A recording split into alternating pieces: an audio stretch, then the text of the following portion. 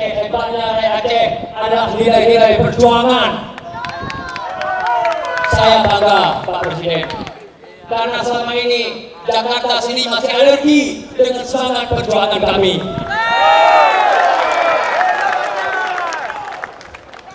Yang kami muliakan Bapak Ketua Harian Pak Menteri Pak Mukhlas Siddiq dan Kakanda Herawan, atas persetujuan Bapak Prabowo, Bapak hadir, saya bangga. Dan saya mengucapkan terima kasih kepada Pak Prabowo yang telah sepakat untuk memerdekakan Aceh dalam bingkai negara kesatuan Republik Indonesia.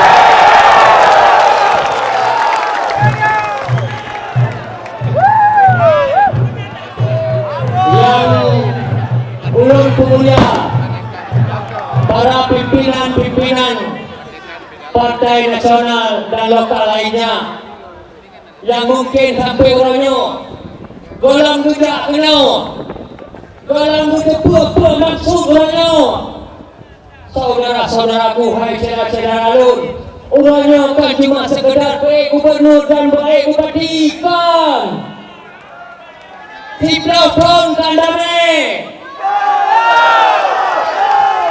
Nyo tanggung jawab bedanya bangsa Aceh untuk buah harkat martabat MOU. Beta bicara tu. Wow, cara wow. Ono goreng kenanya Tripoli Teguni kang ngare. Yang barangkali uhul gedut kali kebang ngare mulai Teguni. Wow, wow.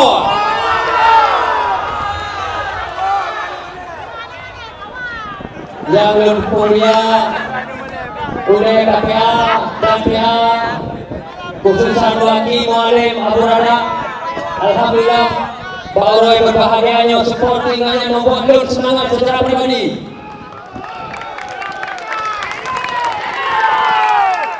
Maka izinkan Lun saya pertama mengucapkan terima kasih kepada pimpinan Partai Aceh, kepada seluruh jajaran Partai Aceh yang telah memberikan kepercayaan kepada saya untuk membantu mendampingi Malik.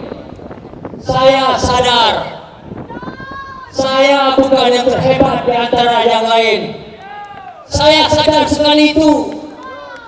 Maka bantu saya, tolong saya agar saya konsisten dan amanah untuk membantu Malik demi pertujuan bangsa Aceh.